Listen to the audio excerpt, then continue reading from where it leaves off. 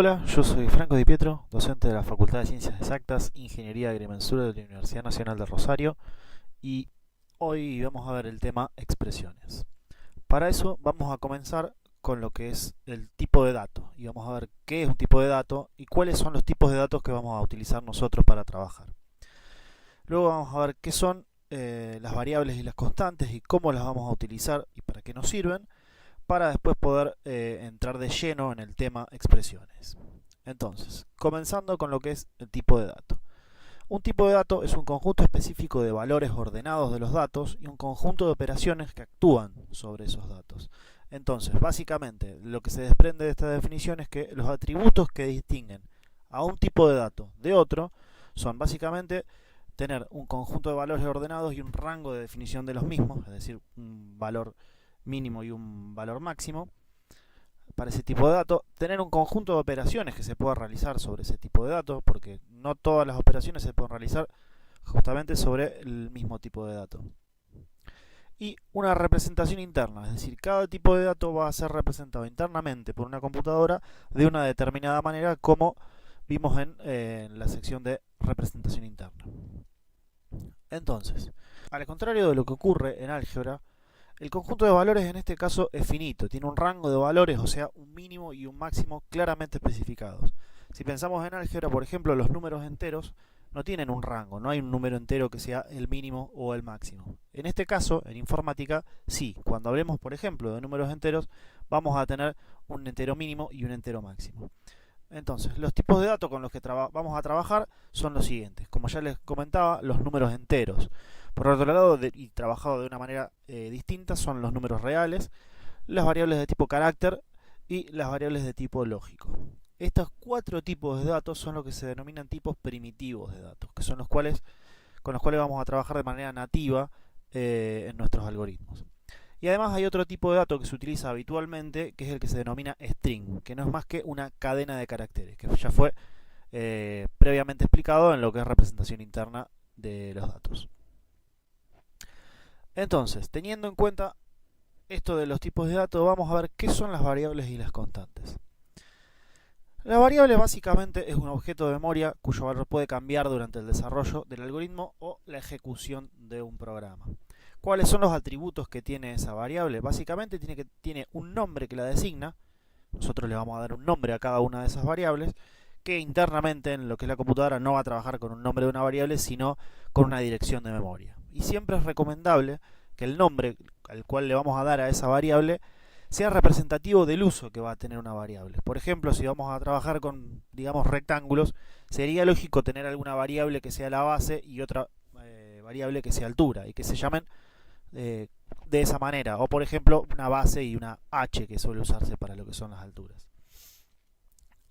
Otro atributo que tiene es el tipo de dato, es decir, que describe el uso que va a tener esa variable. Voy a tener algunas variables que puedan ser de tipo entero, algunas que sean de tipo real, otras de tipo carácter o de tipo lógico.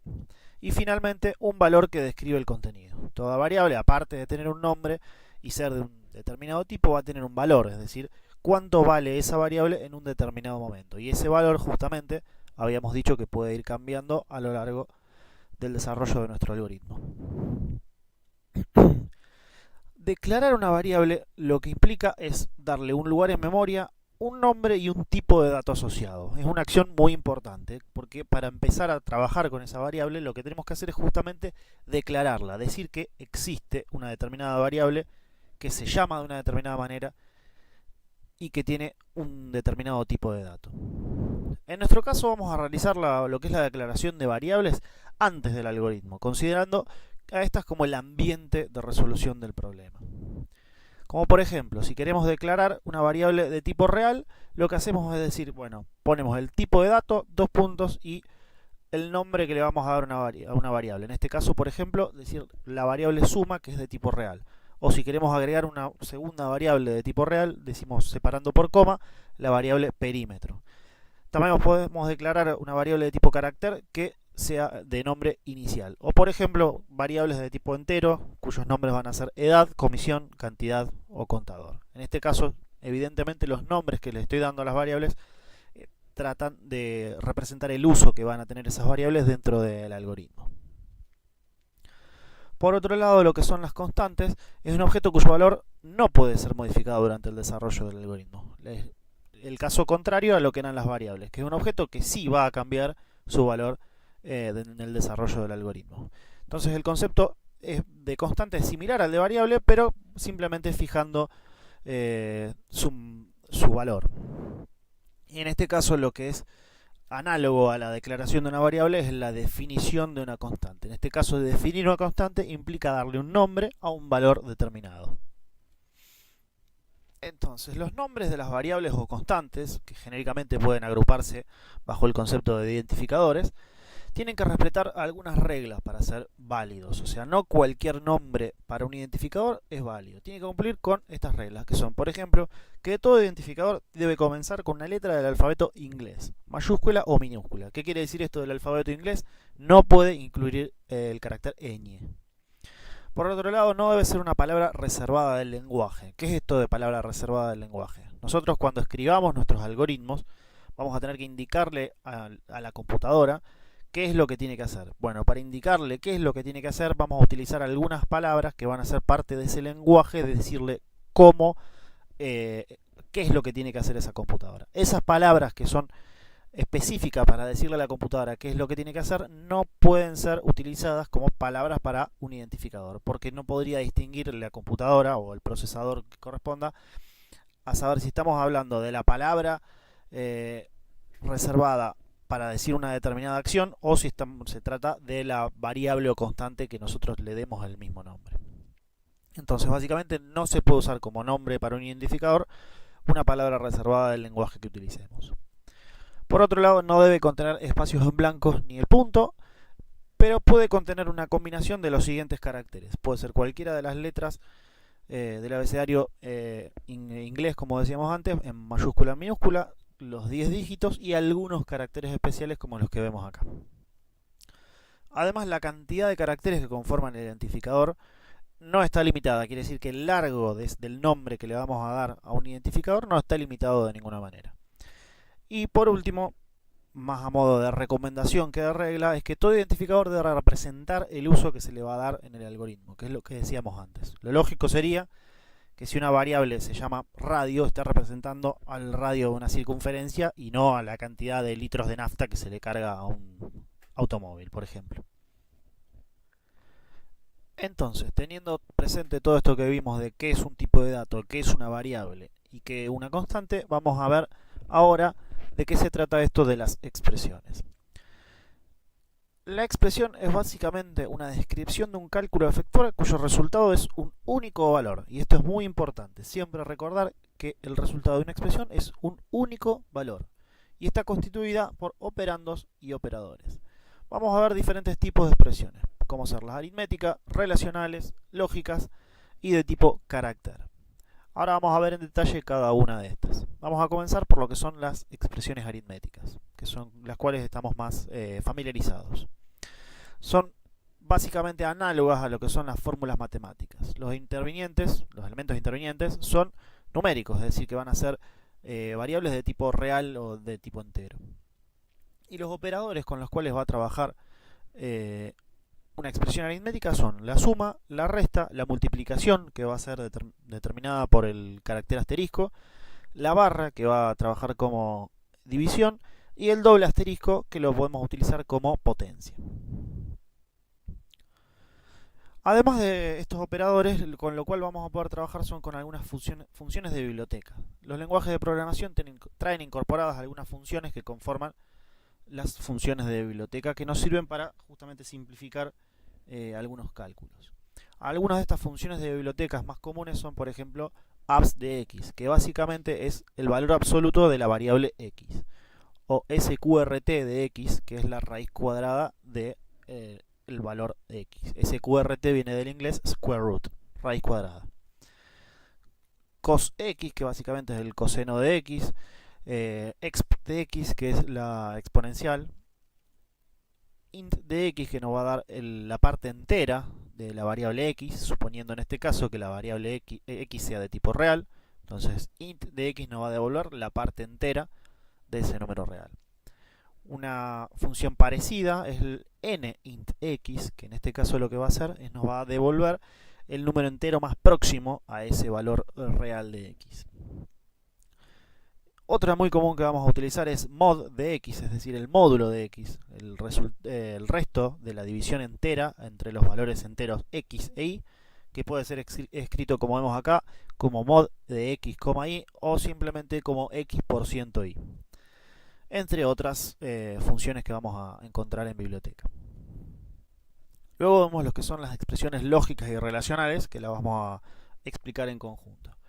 El resultado de estas expresiones, tanto las lógicas como las relacionales, son el resultado es de tipo lógico, es decir, que va a ser un valor de verdadero o falso. Y las expresiones lógicas se forman combinando constantes, variables u otras expresiones lógicas mediante lo que se denominan los operadores lógicos. El operador lógico más simple es el de negación o not. Para explicar cómo funciona, lo que se utiliza es esta tabla que vemos acá, que se denomina la tabla de verdad del operador. Entonces, teniendo una variable de tipo lógico a, vamos a ver que, por ejemplo, si toma el valor verdadero, al aplicarle el operador not o negación, a negado va a valer falso, es decir, que va a tomar el valor contrario al cual tenía originalmente. Entonces, por ejemplo, si ahora tuviese a el valor falso, a negado va a resultar verdadero. Otro operador lógico es el ilógico, AND, que lo podemos también encontrar escrito como doble ampersand. Entonces, en este caso no se trabaja con una sola variable de tipo lógico, sino dos, como vemos acá, a y b. En este caso, si ambas variables son falsas, a y b resulta también falso.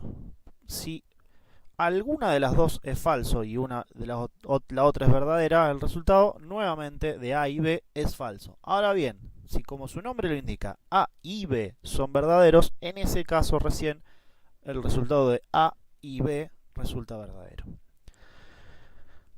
Además existe el operador lógico o lógico, o OR, que también lo podemos ver como la doble barra vertical, donde en este caso, para que la salida, es decir, A o B resulte verdadero, basta que alguna de los dos operandos de entrada sea verdadero, como vemos en esta tabla de verdad. Vemos que cuando A o B, o incluso cuando A y B son verdaderos, basta que uno de ellos sea verdadero para que el resultado sea verdadero.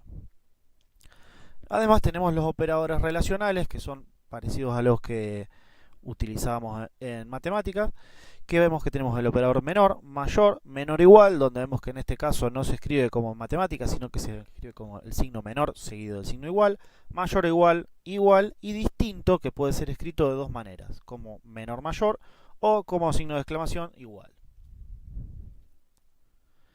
Finalmente, con las expresiones de tipo carácter, o más genéricamente hablando de cadenas de caracteres, involucran operandos del tipo justamente cadena de caracteres y admiten como operación la concatenación. La concatenación se la identifica por el signo más y los operadores van a estar encerrados entre comillas dobles. Como por ejemplo, el resultado de concatenar la cadena hola con la cadena mundo es una cadena que resulta hola mundo. En este caso vemos que hay una separación, un espacio en blanco entre hola y mundo, que aparece en la segunda cadena de caracteres mundo. Si yo hiciese la concatenación de hola y mundo sin este espacio, el resultado sería hola mundo todo completo.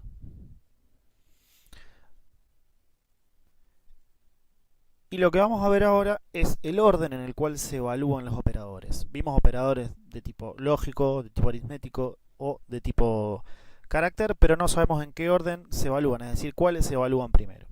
Y este orden para la evaluación sigue algunas reglas. Lo primero que se evalúa son los paréntesis, empezando por los más internos. A continuación se evalúan las potencias, luego los productos y las divisiones, luego las sumas y las restas, las concatenaciones, luego se evalúan los operadores relacionales y luego los operadores lógicos, como último paso.